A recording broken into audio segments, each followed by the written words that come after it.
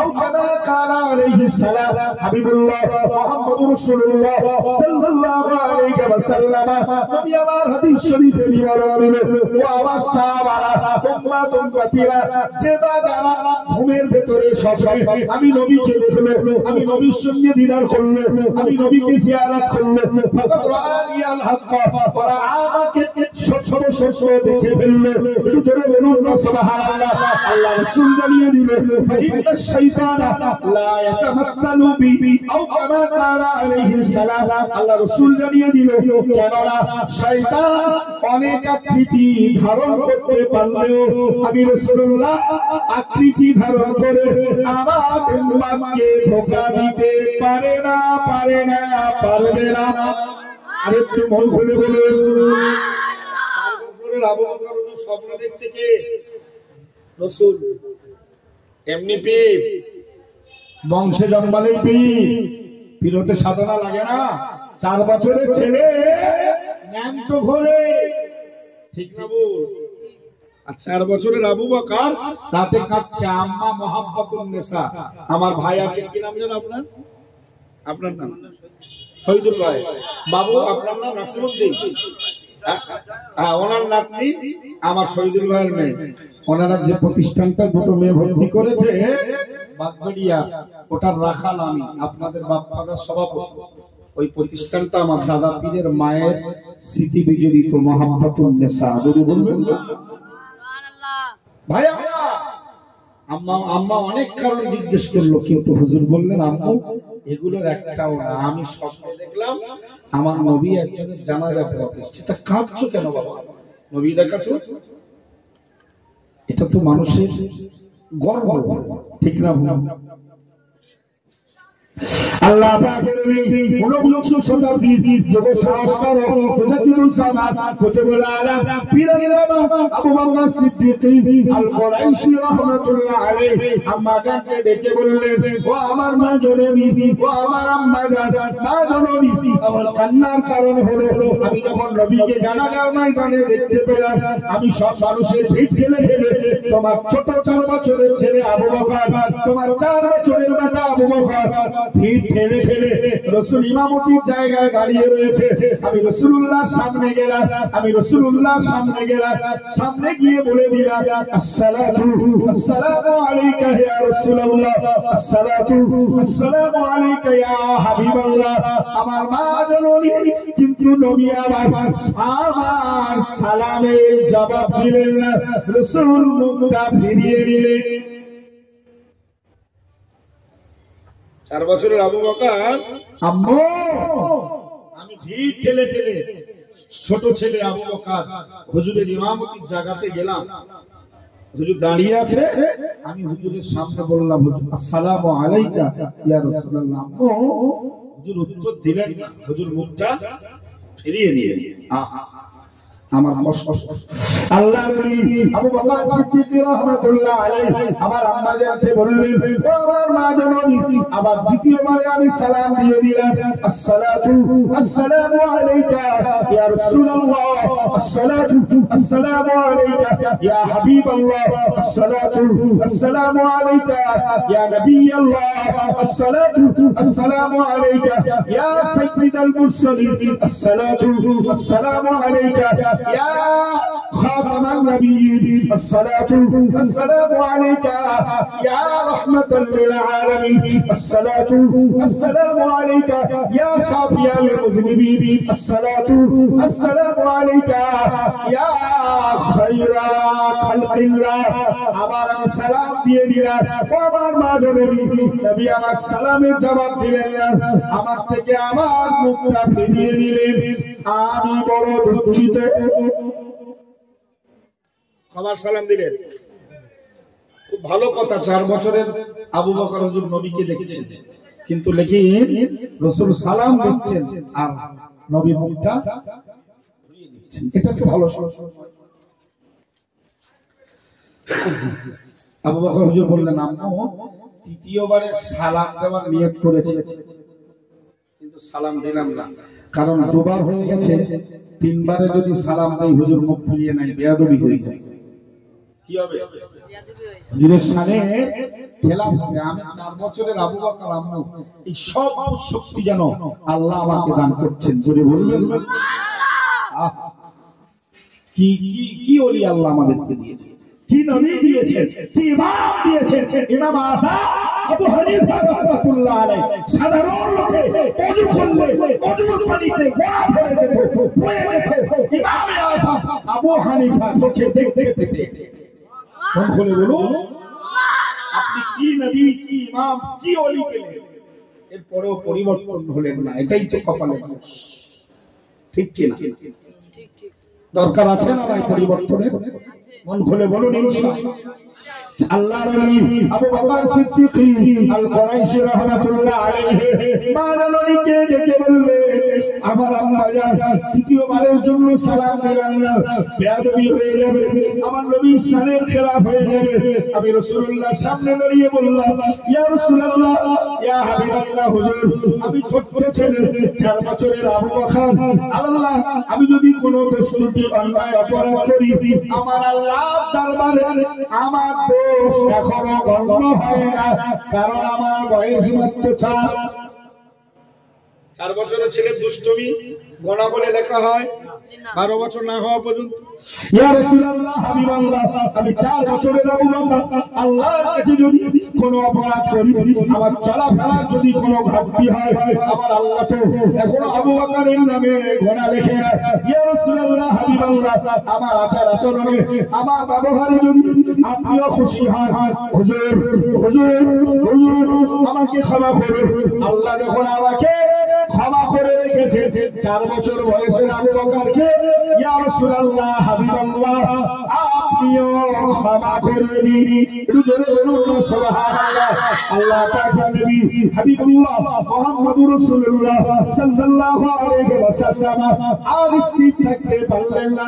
নবী আমার 4 বছরের যুগশ্রেষ্ঠ মুজাদ্দিদ আবু বকর সিদ্দিকীকে জড়িয়ে ধরলেন, কোলে তুলে নিয়ে বললেন, হে বাবা আবু বকর, আমি কেন তোমার উপরে রাগ করব, অসন্তুষ্ট হব?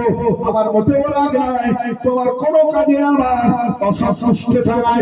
বাবা আবু বকর, তোমার ব্যাপারে আমি রাসূলুল্লাহর কাছে যে সংবাদ রয়েছে, না না না, আল্লাহ তোমার দ্বারা ভারতবর্ষের মাটিতে বাংলার জমিনে শিরিক মুক্ত ঈমানওয়ালা বানাবে। জোরে বলো সুবহানাল্লাহ। বাবা আবু বকর, তোমাকে সালামের জবাব না দেওয়ার কারণ হলো তোমার উপরে যখন এত বড় দায়িত্ব আমার আল্লাহ পাঠাবে, আমার আল্লাহ অর্পণ করবে, সেখানে তোমার আব্বা তোমাকে মাদ্রাসা, কোরআনের শিক্ষা, হাদিসের শিক্ষা না দিয়ে ইংলিশ মিডিয়ায় ভর্তি করেছে, এটাইতে আমি অসন্তুষ্ট। আরেকটু মন খুলে, মুজাদ্দিদুল জামান 4 বছর বয়সে ইংলিশ মিডিয়া ছিল। তোমার উপরে যখন আল্লাহ এত বড় দায়িত্ব দেবে, বাবা আমার কাছে সংবাদ আছে, তোমার দ্বারা আল্লাহ এক এলাকার শিরিক দূর করে দেবে। জোরে বলবে তো, তুমি তো মাদ্রাসায় পড়বে, কোরআন শিখবে, হাদিস শিখবে, তবে তো জাতির মানুষের কাছে তুমি ওয়াজ করবে। জোরে বলবে। আচ্ছা, নবীর এই কথা দ্বারা কি প্রমাণ হচ্ছে ওয়াজ করার যোগ্য কারা? সুরওয়ালা, গজলওয়ালা, স্পিকারওয়ালা, ডিগ্রিওয়ালা, ভিজিটওয়ালা, না কোরআন হাদিসের যোগ্য আলেম? ওনার আম্মুকে বললেন, আম্মু আমার নবী এই জন্য আমাকে সালাম দেয়নি, তুমি আমাকে ইংলিশ মিডিয়ামে ভর্তি করছো।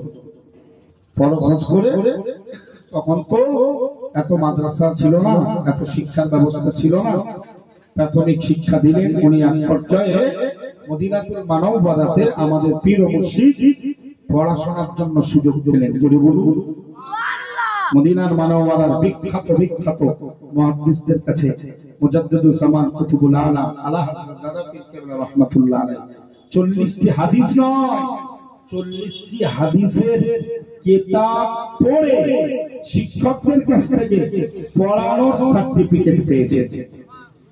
কটা হাদিসের কিতাব? 40টা হাদিস নয়। অনেকে ভুলভাল বলে 40টি হাদিসের উপরে সনদ পেয়েছে, না, 40টি হাদিসের কিতাবের উপরে সার্টিফিকেট পেয়েছে। যদি বলুন সুবহানাল্লাহ। তারপরেই তো যুগ শ্রেষ্ঠ মুজাদ্দিদ, তারপরেই তো এত বড় আল্লাহর ওলি। ভাই আমার, তো তওবা ইস্তিগফার করুন। আল্লাহ যখন মূর্তি পূজারীটাকে তন্দচ্ছন্ন হয়ে সবাব বললে ডাক দিয়েছে, জবাব দিয়েছে, আমরা ভালো বিশুদ্ধ কলব, ইতমিনানে কলব, অন্তর তৈরি করে তওবা করলে আমার আল্লাহ আমাদের তওবাকে কবুল করে নেন। সুবহানাল্লাহ।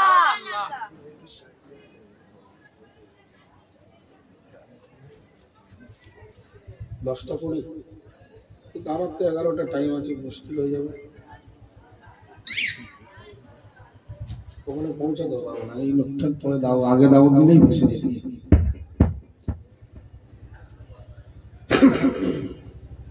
ভাই আমার, মিনিট 20 কেন 1 ঘন্টা না, কিন্তু আমারও জবানের খেলা। আমি 11টায় এখান থেকে মালঞ্চ থেকে আরো না হলে প্রায় 15 কিলোমিটার মালঞ্চ, এখান থেকে মালঞ্চ মিনিমাম, লাউহাটি থেকে ঘটকপুকুর 18 কিলোমিটার, আর ঘটকপুকুর থেকে মালঞ্চ 19 কিলোমিটার, 18 19 প্রায় 37। এখান থেকে লাউহাটি 4 কিলোমিটার 41, ওখান থেকে আরো 15 কিলোমিটার, প্রায় 55 কিলোমিটার মতো রাস্তা, খুব মুশকিল। হ্যাঁ ভাই বলেন।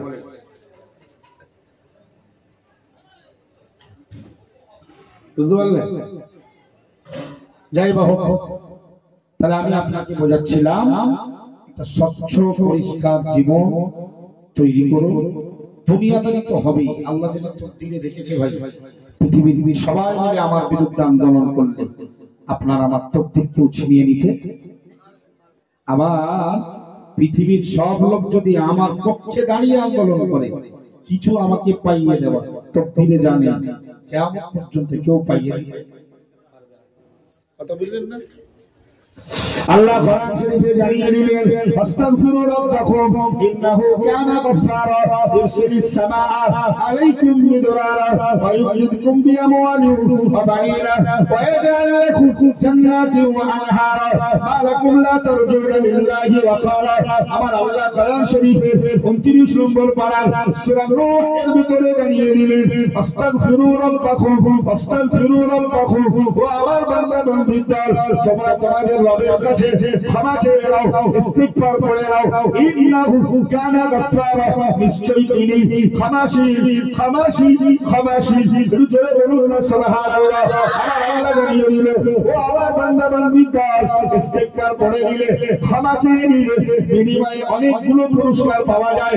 এক নম্বরে আল্লাহ জানিয়ে দিলেন, বান্দা তোমাদের পাপের কারণে আমি আল্লাহ যখন অসন্তুষ্ট হয়ে যায়, তোমাদের অন্যায়ের কারণে, তোমাদের না না না নাফরমানি করার কারণে আমি আল্লাহ যখন খুশি হয়ে যাই, দুনিয়ার মাটিতে আমি আল্লাহ বিপর্যয় দেখা দেই, দুনিয়ার মাটিতে আমি আল্লাহ রৌদ্রের তাপটা বাড়িয়ে দেই, অনেক দিন যাবত আসমানের পানি আমি আল্লাহ বন্ধ রাখি। ও বান্দা, তোমরা গুনাহ মাফের জন্য ইস্তিগফার করে নাও, ক্ষমা চেয়ে নাও। আস্তাগফিরুল্লাহ, আল্লাহ আমি ক্ষমা চাচ্ছি, এই শব্দ তোমরা ব্যবহার করো। আমি আল্লাহ খুশি হয়ে, আমি আল্লাহ আমার রাগটা ঠান্ডা হয়ে তোমাদের প্রতি দরদ হয়ে যাবে, দয়া হয়ে যাবে। বিনিময়ে আমি আল্লাহ ইরসিলিস সামাআ আলাইকুম মিদরারা, ইস্তিগফারের কারণে আমি আল্লাহ মুষলধারে প্রচুর পরিমাণে বৃষ্টি নাযিল করে দেব। সুবহানাল্লাহ। মহান আল্লাহ জানিয়ে দিলেন, আল্লাহ তোমরা তোমাদের সিও পালনকর্তার কাছে নিজেদের মাফি চেয়ে নাও, গুনাহগুলো থেকে ক্ষমা চেয়ে নাও। আমি আল্লাহ খুশি হয়ে তোমাদের ধন সম্পদ আর তোমাদের সন্তানে আমি আল্লাহ বরকত দিয়ে দেব। জোরে বলুন সুবহানাল্লাহ। মহান আল্লাহ জানিয়ে দিলেন, ও আমার বান্দা বান্দীর দল, ও আমার বান্দা বান্দীর দল, তোমরা তোমাদের রবের কাছে স্বীয় পালনকর্তার কাছে ক্ষমা চাও, মাফি চেয়ে নাও। ইন্নাহু কানা গফফারা, নিশ্চয়ই তিনি ক্ষমাশীল। আমি আল্লাহ খুশি হয়ে ওয়ায়াজআল লাকুম জান্নাতিন ওয়া আনহারা, ইস্তিগফার করার কারণে, ক্ষমা চাওয়ার কারণে, মাফি চাওয়ার কারণে, অন্যায় স্বীকার করার কারণে, আসামি সাজার কারণে আমি আল্লাহ তোমাদেরকে জান্নাত এবং রহমত দিয়ে দেব। ইস্তিগফারের বিনিময়ে জান্নাত দেবে, ওয়া আনহারা, এবং অনেক জান্নাতের ভিতরে পান পাত্র সহ নহর দেবেন, নদী দেবেন, ঝর্ণা দেবেন। যদি বলবো কোরআনে বলেছেন আল্লাহ ওয়া আনহারুম মিন আসালিন মুসাফফা ওয়া আনহারুম মিন মাইন আসফ ওয়া আনহারুম মিন খামারিল লাদ্দাতিন লিশ-শারিবিন। আল্লাহ বলেছেন জান্নাতে চারটি ঝর্ণা থাকবে, দুধের ঝর্ণা, মিনারেল বিশুদ্ধ পানীয় ঝর্ণা, মধুর ঝর্ণা এবং শরাবের ঝর্ণা।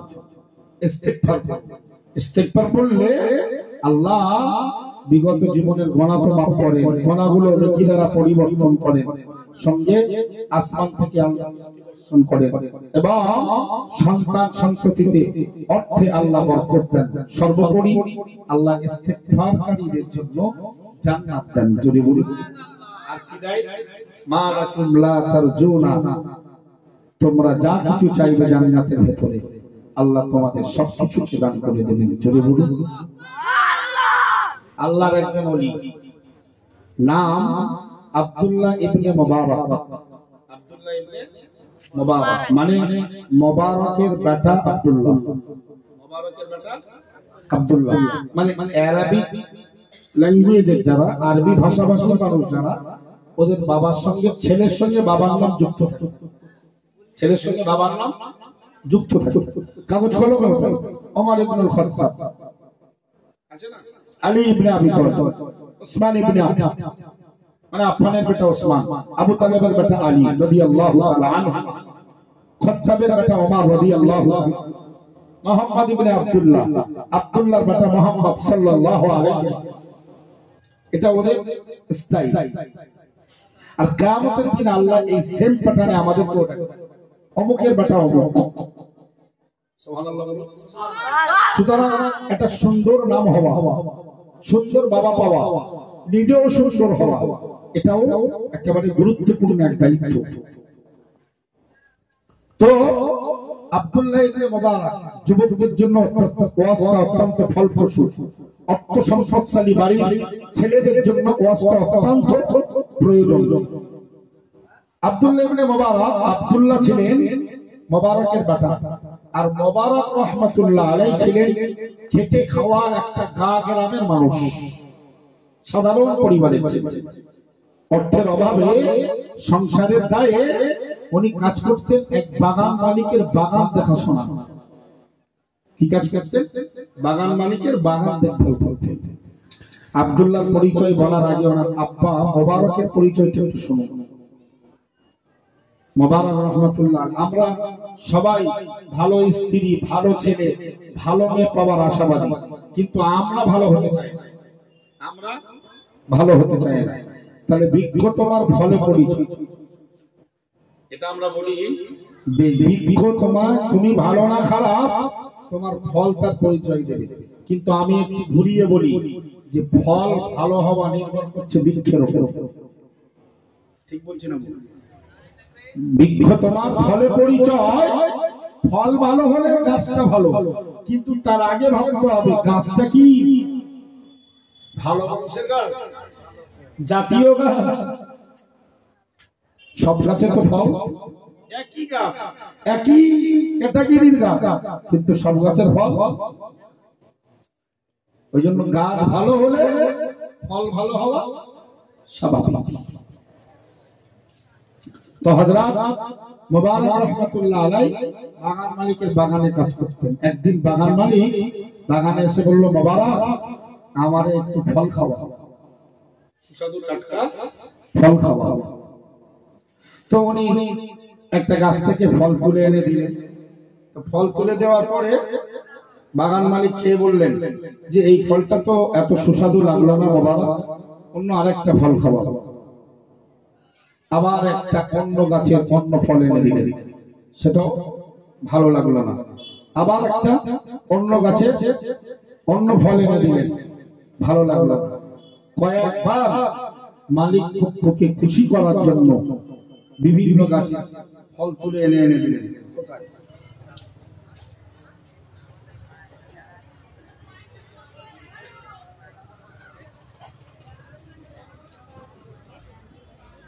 তো উনি খুব অসন্তুষ্ট হলেন যে এতদিন তুমি আমার বাগানে কর্মরত, তোমাকে মাইনে দেই, আমি বাগানের মালিক, আমাকে ফল খাইয়ে খুশি করতে পারবে না? একটা ভালো কোয়ালিটি ফল খাওয়াতে পারবে না? আল্লাহ নবী মুবারক রাহমাতুল্লাহ আলাইহি এক বিন্দু দেরি না করে, এক বিন্দু বিলম্ব না করে বাগান মালিককে ডেকে বললেন, ওগো আমার মনি, ওগো আমার দুনিয়ার মনি, মনে রাখো, না না না, আমি আপনার বাগান দেখভাল করি, আপনার পক্ষ থেকে আমার দায়িত্ব বাগান দেখভাল করা, গাছের গোড়ায় পানি দেওয়া, গাছের গোড়ায় সার ইউজ করা। না না না, ও আমার বাগান মালিক মনি, মনে রাখো, আমার দায়িত্ব ফলগুলো উপযুক্ত হলে ছড়ি ভর্তি করে আপনার গোডাউনে জমা করে দেওয়া, আপনার বাগান দেখভাল করা মালিক মোবারকের দায়িত্ব তো এটা নয়, বাগানে ফল খাওয়া ওটা যেহেতু দায়িত্ব ছিল না, ও আমার বাগান মালিক মনি। সুতরাং আমি আমার জীবনে প্রায় এক যুগ হয়ে গেল আপনার বাগানে কর্মরত, আমার দায়িত্ব যেহেতু ফল খাওয়া ছিল না, আমি কোনদিনও আপনার বাগানের কোন ফল খেয়ে টেস্ট করিনি, চাখিওনি, আমি তাই স্বাদ জানি না। বাগান মালিক মনে রাখুন, পৃথিবীর সবাই তো তার মালিককে মনিকে খুশি করতে চায়, মালিক মনি খুশি যদি হয়ে যায় তাহলে বেনিফিটটা ভালো হয়, বেনিফিটটা এটা তো স্বাভাবিক। বাগান মালিক মনির সব কর্মচারীরা মালিক পক্ষকে খুশি করতে চায়, কাজ করে যাতে আমার গ্রহণযোগ্যতাটা মালিকের কাছে বাড়ে। আল্লাহর নবী মুবারক রাহমাতুল্লাহ আলাইহি উনি জবাব দিয়ে বললেন, ও আমার বাগান মালিক মনি, যেহেতু আমার দায়িত্ব ফল খাওয়া ছিল না, কোনদিন তাতেও কেটে দেখিনি, যদি ফল খাওয়া দায়িত্ব থাকতো আমি এক চান্সেই প্রথমবারেই ভালো গাছে সুস্বাদু ফল খাইয়ে মনি আপনাকে খুশি করে আপনার কাছে আমার দরজা, আমার স্তরকে বাড়িয়ে নিতে পারতাম। একটু জোরে বলুন সুবহানাল্লাহ। আমার দায়িত্বের ভিতরে যেহেতু খাওয়া ছিল, তাই কোনদিন নাতেও কাটিনি। মালিক খুব বিরাট খুশি। এত সব ছেলে তো দেখা যায় একমাত্র সুন্দরী রমণী মালিকের একযোগ কাজ করার আর সততার পরিচয় দেওয়ার কারণে আজকে লজ্জা লাগে। মুসলমানরা সততার জনক, আমাদের নবী সততার জনক। এই মুসলমানদের বেদাতীদের কাছে সততা শিখতে হবে, ঠিক বলছি না? সততা এরা শেখাবে, এদের ব্যবহারে, মুসলমানের চরিত্রে, মুসলমানের আখলাকে সততা পরিস্ফুটিত হবে। কিন্তু আজকে লজ্জার কথা, সেই সততা আজকে আমাদের শিখতে হচ্ছে। ভাই আমার, এক যুগ লোকটা কাজ করে সততার পরিচয় দিয়ে বাগান মালিকের একমাত্র সুশ্রী রমণী কন্যার বিবাহ করার সৌভাগ্য অর্জন করলেন। যদি বলি আল্লাহ নবী হাদিস শরীফে জানিয়ে দিলেন, আলাইকুম বিসিদকি ফাইন্নাস সিদকা ইয়াহদি ইলাল বিররি ওয়া ইন্নাল বিররা ইয়াহদি ইলাল জান্নাতি আও কামা কানা আলাইহি সালাম। হাবিবুল্লাহ মুহাম্মদুর রাসূলুল্লাহ সাল্লাল্লাহু আলাইহি ওয়াসাল্লাম সাহাবাদেরকে ডেকে বললেন, ও বাবা সাহাবারা, সততার জীবন লাভ করো, সততার জীবন আঁকড়ে ধরো, সত্যের পক্ষে তুমি লড়াই করো। কেননা আমি আল্লাহ নবী বলছি,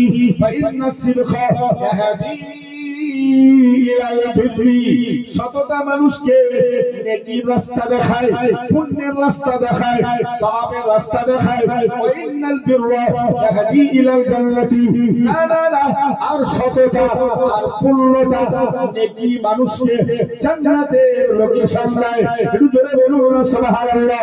হাবিবুল্লাহ মুহাম্মদুর রাসূলুল্লাহ সাল্লাল্লাহু আলাইহি ওয়াসাল্লাম আল্লাহ নবী বললেন, ওমা ইয়াসালু রাজুল ইয়াসদুকু, যে লোকটা সদা সর্বদা সত্য কথা বলে, ওয়ায়াতাহাররাস সিদকা, এবং সততার জন্য, সত্যের জন্য আপ্রাণ চেষ্টা চালায়।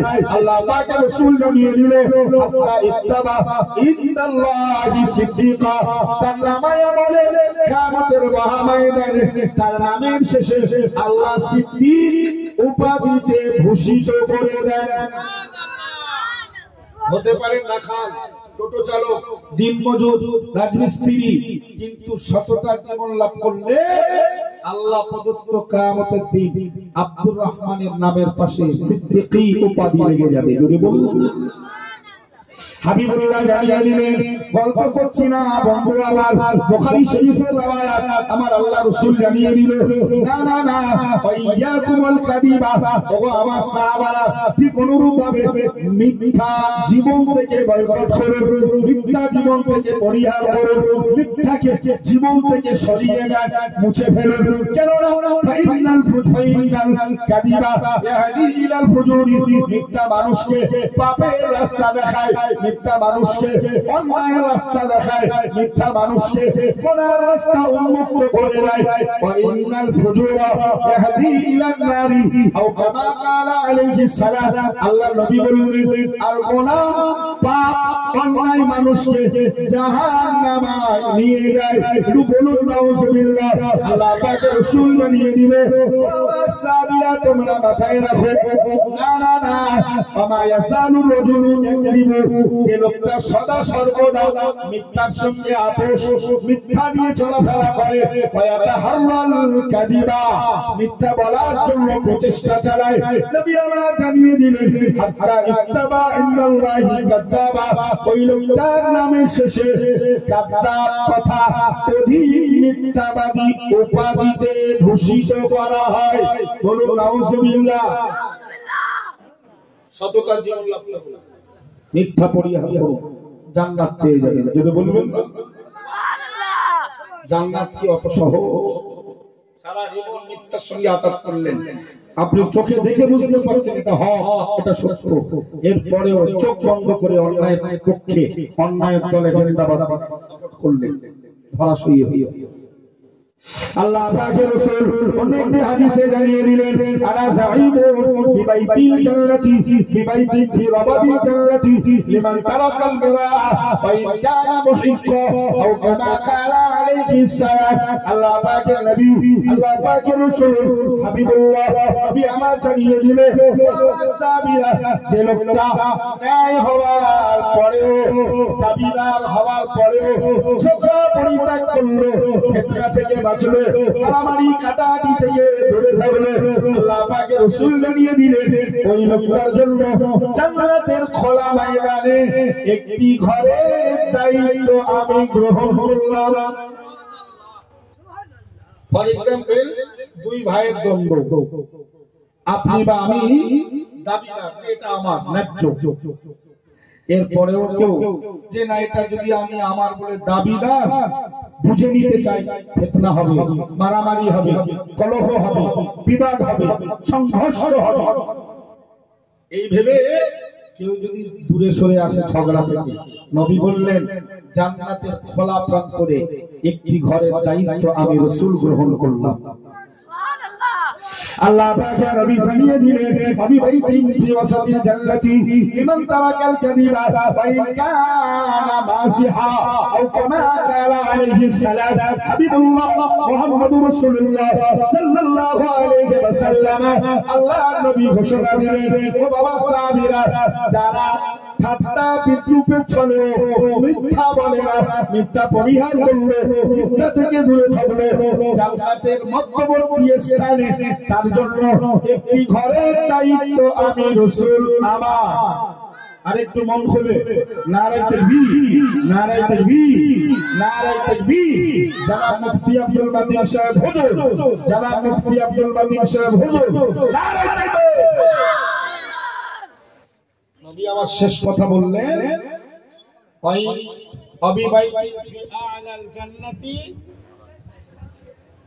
লিমান হাসানা খুলুকাহু আও কামা ক্বালা আলাইহিস সালাম, যে উত্তম চরিত্র ধারণ করলো, নবী বললেন জান্নাতের সুউচ্চ প্রান্তরে মাকামে তার একটি ঘরের দায়িত্ব আমি গ্রহণ করলাম। যদি বলেন, আমি আমার ভাষাগত ত্রুটি ক্ষমা চেয়ে আমার ইতিবিক্ষিপ্ত বক্তব্য এখানেই সমাপ্ত করছি। আমি আমার ভাষাগত ত্রুটির জন্য আপনাদের কাছে ক্ষমা চাচ্ছি, আপনাদের কাছে ক্ষমা চাচ্ছি। অল ইন্ডিয়া সুন্নাতুল জামাত নামে একটি সংগঠন, যার সাধারণ সম্পাদক মুফতি আব্দুল মাতিন সাহেব হুজুর এসেছেন। এটা দাদা পীর কেবলার সিলসিলার একটি শাখা সংগঠন। আমাদের সংগঠনের কাজ জাতির পিছিয়ে পড়া মানুষের সেবা দেওয়া, আল্লাহর রাসূলের রেখে যাওয়া দিকটাকে সংরক্ষণ করা। এর জন্য ছেলেদের মেয়েদের অনেকগুলো প্রতিষ্ঠান চলছে। সেগুলোর মধ্যে একটি প্রতিষ্ঠান বারাসাত 2 নম্বর বলগড়ের মধ্যগ্রাম থানার অন্তর্গত বাগবাড়িয়া গ্রামে দাদা পীর কেবলার আম্মাজান Muhabbatun Nesa memorial Halimatus Sadia girls institute all India Sunnatul Jamat দ্বারা পরিচালিত প্রতিষ্ঠিত। আলহামদুলিল্লাহ, এই প্রতিষ্ঠানে আমাদের বসিনার 2টো মেয়ে পড়ে এখানকার, এবং মোহাম্মদপুরে বেশ কিছু মেয়ে পড়াশোনা করে। মিশনারি সিস্টেমে বাচ্চাদের বেড সহ থাকার রুম আলাদা, খাবার রুম আলাদা, থাকার জায়গা আলাদা, একটা সুন্দর পরিবেশে পড়াশোনা করানো হচ্ছে। যে প্রতিষ্ঠানটির প্রেসিডেন্ট সভাপতি হলো আমাদের বসিলা মানিকতলায় বাড়ি, বাপ্পাদা নামে যিনি খ্যাত, উনি এই মাদ্রাসার সভাপতি। ভাই আমার, প্রতিষ্ঠানটির পক্ষে আপনাদের অন্তর নিংড়ানো দোয়া, আপনাদের সহযোগিতার এক অংশ, বছরের দান খায়রাত যাকাত ফিতরা, সেখানে কিছু গরিব দুস্থ এতিম অসহায় মেয়েরাও পড়াশোনা করে, তাদের জন্য দানের এক অংশ আমরা দাবি রাখলাম। সঙ্গে প্রতিষ্ঠানটি বাৎসরিক ইসালে সাবাব বিভিন্ন অনুষ্ঠানে আমরা আপনাদের এলাকার আমাদের গার্জেন মাদ্রাসার আর খাদেমদের দ্বারা এবং আমরা নিজেরা এসেও আমরা ইনশাআল্লাহ আপনাদেরকে আমন্ত্রণ করব। আপনাদের উজ্জ্বল উপস্থিতি, আপনাদের পায়ের ধুলো আমরা কামনা করি। ভাই আমার, অল ইন্ডিয়া সুন্নাতুল জামাত পরিচালিত ছেলেদের মেয়েদের টোটাল প্রায় 100টা মাদ্রাসা চলছে। সঙ্গে 256টা গ্রামে চলছে ইংলিশ মিডিয়াম পড়া, কেজি স্কুলে পড়া, প্রাইমারিতে পড়া, আপার প্রাইমারিতে পড়া, হাই স্কুল লেভেলে পড়া। এই ছেলে মেয়েদের জন্য একটি শিক্ষা প্ল্যাটফর্ম, সেই প্রতিষ্ঠানগুলোর নাম হলো Kerala model Islamic school. Kerala model Islamic school মক্তব সিস্টেমে, সেটাও 1.5 ঘন্টার একটা ক্লাস হয়। ভাই তো সেই কেরালা মডেল আপনাদের এলাকাতেও একটা খুব জরুরি বলে মনে হয়। যদি মন চাই আপনারা যোগাযোগ করবেন, সেটাও করা যাবে। আমি আপনাদের খুবই নিকটে, বাপ্পাদার এই যে বিল্ডিংটা আছে সোনাপুরি, আমি এখন আপনাদের বাসিন্দাই বলা যেতে পারে। আমি এখানে থাকি, আলহামদুলিল্লাহ দেখা সাক্ষাৎ হবে। আর সঙ্গে আমাদের নতুন করে মোহাম্মদপুর যে ঈদগাহ, কেজি স্কুল, 5তলা মসজিদ সহ আমাদের যে হিফজখানা মাদ্রাসা আছে, যেখানকার ইমাম ভাই হাফেজ জিয়ারুল ইসলাম সাহেব, ওখানে আমাদের হজ এবং উমরার জন্য আমাদের সংগঠন থেকে রহমানিয়া ট্রাভেলস আমরা ওপেন করেছি। মাতিক সাহেব যার তত্ত্বাবধানে আছে, এবং আমাদের মধ্যে আছে আলমারোয়া ট্রাভেলস, আমার ভাই শাহানুর ইসলাম সাহেব ঘটকপুরে। উমরাতেও যদি কেউ যেতে চান, হজে যেতে চান, একেবারে সুন্দর পরিষেবায় আমাদের সংগঠন পরিচালিত রহমানিয়া ট্রাভেলস হজ এবং উমরার জন্য আমরা মোহাম্মদপুর শিল্পতা যে মসজিদ, মাদ্রাসা, হিফজখানা, কেজি স্কুল যেখানে আছে, ওখানে আমরা রহমানিয়া ট্রাভেলস ওপেন করেছি গত কয়েকদিন আগে। সে বিষয়েও আপনাদেরকে একটু সংবাদ দিলাম, ঘোষণা দিলাম। যদি কেউ উমরাতে যান, হজে যান, যোগাযোগ করুন। এবছর আমরা রহমানিয়া এই ট্যুরস এর মাধ্যমে মাতিন সাহেবের তত্ত্বাবধানে 90 জন কাফেলা আমরা ফরজ হজে যাচ্ছি।